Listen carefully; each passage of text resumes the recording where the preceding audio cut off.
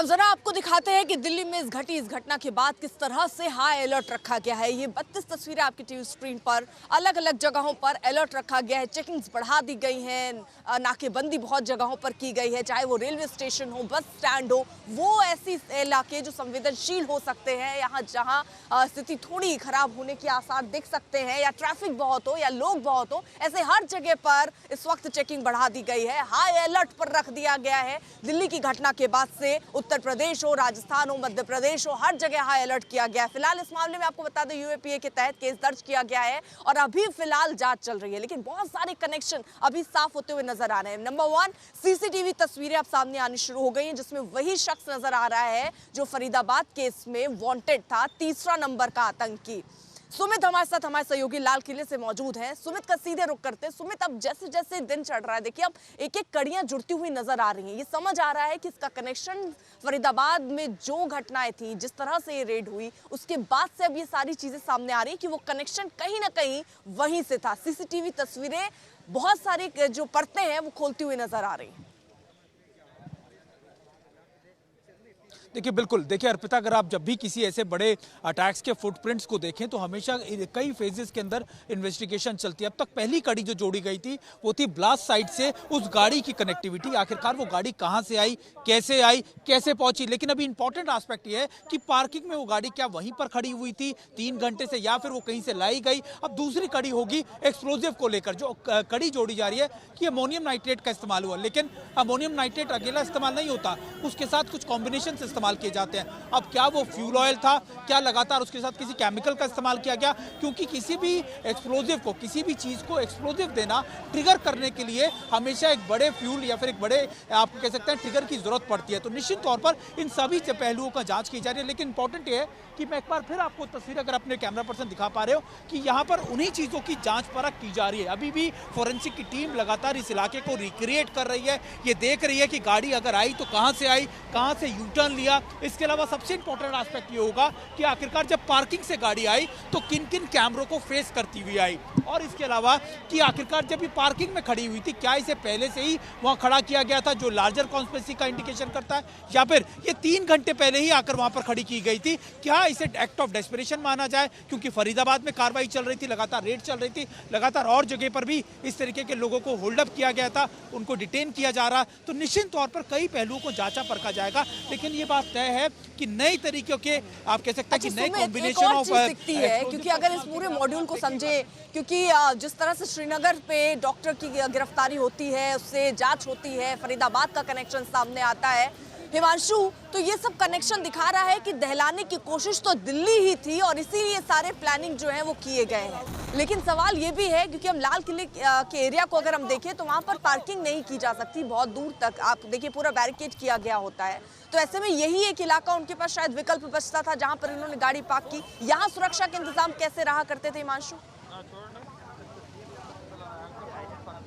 देखिए, ये जो पूरा इलाका है, ये सामने जो आप देख रही हैं पूरा इलाका है, ये काफ़ी भीड़ वाला है, क्योंकि ये चांदनी चौक की एंट्री पॉइंट है यहाँ से, और यहाँ से लेफ्ट कोई गाड़ी नहीं जाती, और यहाँ पर अच्छे जो तमाम ई रिक्शा ऑटो है उनकी अच्छी खासी भीड़ होती है। बगल में सामने वो भगीरथ प्लेस है, जो तमाम इलेक्ट्रॉनिक जो सामान है वो यहाँ पर मिलते हैं। तो यहाँ पर गाड़ियाँ राइट साइड पे अगर आप देखेंगे तो कुछ गाड़ियाँ जो है वो पिक ड्रॉप के लिए रुकती हैं, छोटी मोटी पार्किंग यहाँ पर होती है। लेकिन ये जो गाड़ी थी I-20, ये पार्क नहीं थी, बल्कि जो सामने रेड लाइट आपको दिख रही, जब वो आ रही थी तो वो स्लो हुई थी, क्योंकि यहाँ पर ट्रैफिक तो स्लो होता है, ये तो वो स्लो थी। और जब उसके बैक साइड पर ये धमाका हुआ, धमाके की इंटेंसिटी इतनी ज़्यादा तेज़ थी कि आप सोचिए कि बैक साइड पे वो गाड़ी में जो लोग बैठे वो तीनों तो उस धमाके में मारे ही गए, लेकिन जो आसपास का पूरा इलाका था, तकरीबन आप कहिए 5 मीटर का जो 5 से 6 मीटर आप ये कह रहे हैं कि वहां पर पार्किंग नहीं थी, कुछ गाड़ियां थोड़ी देर के लिए खड़ी होती हैं।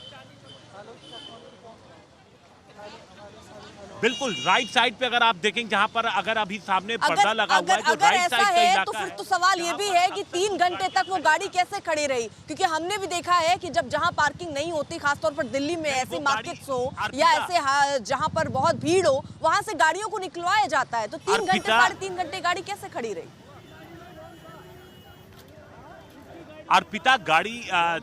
जिस पार्किंग में खड़ी थी वो ये जगह नहीं थी, यहाँ पर गाड़ी वो आ रही थी और जब इस रेड लाइट पर पहुंची है, काफी स्लो थी उस समय उसकी स्पीड। स्लो इसलिए कि ये जो आप जगह बीच में देख रही हैं जहाँ पर टाइल्स लगी हुई है रोड पर, बैरिकेड, जहाँ पर दोनों तरफ बैरिकेड है बीच रोड पे, यहाँ पर लोग न सिर्फ ट्रैफिक सड़क पार करते इस वजह से, और साथ में यहाँ पर ई रिक्शा की अच्छी खासी भीड़ होती है, तो यहाँ पर ट्रैफिक बेहद स्लो होता है। और जब कल 6:56 पर जब कॉल हुई थी तो उस वक्त जब वो गाड़ी यहाँ पर पहुंचती है तो उसकी रफ्तार काफी स्लो थी, और उस वक्त जब ये धमाका हुआ तो जो लोग इसके चपेट में आए या तो वो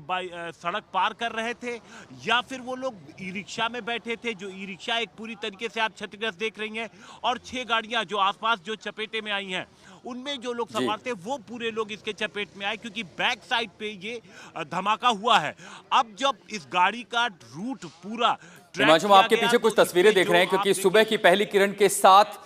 लाल किले के बाहर अब वो हर तस्वीर बेहद स्पष्ट और साफ दिखाई दे रही है। बीती रात अंधेरे में जैसे ही घना अंधेरा शुरू हुआ, लोगों की भीड़ बढ़ी, वहां धमाका होता है, लेकिन आज सुबह के साथ जांच एजेंसियों को और भी सबूत हाथ लग सकते हैं, ट्रेसेस लग सकते हैं कि एक्सप्लोजिव किस तरह के थे। अब आज तमाम एजेंसियां, इसमें एनआईए शामिल है, इसमें आईबी शामिल है, इसमें दिल्ली पुलिस शामिल है, यूपी एसटीएफ शामिल है, तमाम एजेंसियों की जो प्राथमिकता है i20 कार कहां से थी, उसका सिलसिला कहां से शुरू हुआ, वो सब कुछ पता चल चुका है। अब आज सुबह आपके पीछे जो मैं देख रहा हूं, फॉरेंसिक टीमें हैं, पैरामिलिट्री के लोग हैं, क्या वहां पर अभी भी ट्रेसेस खोजे जा रहे हैं? जरा तस्वीरें भी दिखाइएगा। बिल्कुल, यहाँ पे फॉरेंसिक की टीम यहाँ पर मौजूद है, तमाम एजेंसियां यहाँ पर मौजूद है, और एनआईए की इस पे एक स्पेशलाइज्ड टीम यहाँ पर मौजूद है, और पूरी कोशिश की जा रही है, हर तरीके के आधुनिक यंत्र यहाँ पे लाए गए हैं कि जो धमाका था वो धमाका था किस चीज का, क्योंकि जिस तरीके का ये धमाका था ये आमतौर पर ये देखने में नहीं आता है यहाँ पर, तो इसलिए इसके एक एक ट्रेसेस को इकट्ठा करने की कोशिश की जा रही है ताकि ये स्टैब्लिश किया जा सके कि गाड़ी के बैक सीट पर, बैक जो पिछला हिस्सा था उसमें जो विस्फोटक रखे गए थे वो किस तरीके से कंपाइल किए गए थे, और देखिए सवाल ये भी उठ रहा है कि जिस तरह से फरीदाबाद में विस्फोटक मिलता है, विस्फोटक मिलने के बाद ये भी पता होता है कि एक तीसरा शख्स भी है जो इसमें इन्वॉल्व है। मैं आऊंगी आपके पास, जरा सुमित का रुख कर लेते हैं, उसके पास कोई जानकारी, सीधे लिए चलते हैं आपको सुमित के पास। सुमित, बिल्कुल बिल्कुल बिल्कुल, देखिए मैं बेसिकली अर्पिता हिमांशु की बात को थोड़ा सा इलैबोरेट कर देता हूं। हालांकि वो इलाका जो दिखा रहे हैं वो ये है पीछे इलाका, और इंपॉर्टेंट जहां फॉरेंसिक की टीम है वो यहीं पर मौजूद है। अभी फॉरेंसिक की टीम क्या कर रही है, देखिए जब एक्सप्लोजन होता है किसी भी गाड़ी में, किसी भी व्हीकल में, तो उसके बॉडी पार्ट्स के साथ लगातार एक्सप्लोजिव के जो पार्टिकल्स हैं वो चिपक जाते हैं। तो लगातार यहाँ पर उस गाड़ी यानी जो i20 यहाँ आई थी, क्या उसके पार्ट्स धमाके के बाद इतनी जगहों में फैले, तो उन पार्ट्स को ढूंढा जा रहा है। ये देखा जा रहा है कि आखिरकार ठीक है सुमित, लौटेंगे आपके पास। इस पूरी खबर पर लगातार हमारी नजर बनी हुई है।